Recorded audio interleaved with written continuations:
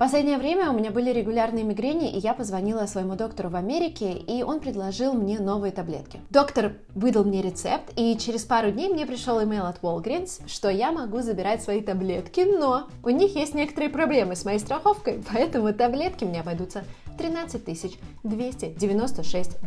Мои таблетки от мигрени. На самом деле у меня уже такие ситуации в Штатах были, и я знаю, что иногда нужно просто позвонить доктору и попросить решить проблему. В общем, я позвонила. Через неделю мои таблетки были готовы. Я пошла в Walgreens, забрала их и очень обрадовалась, что мне пришлось заплатить ровно $0. Поэтому если у вас что-то похожее происходит в Штатах, обязательно звоните доктору или в отдел финансов, потому что очень часто они делают ошибку. Но на самом деле очень-очень хочется, чтобы система здравоохранения в США стала попроще.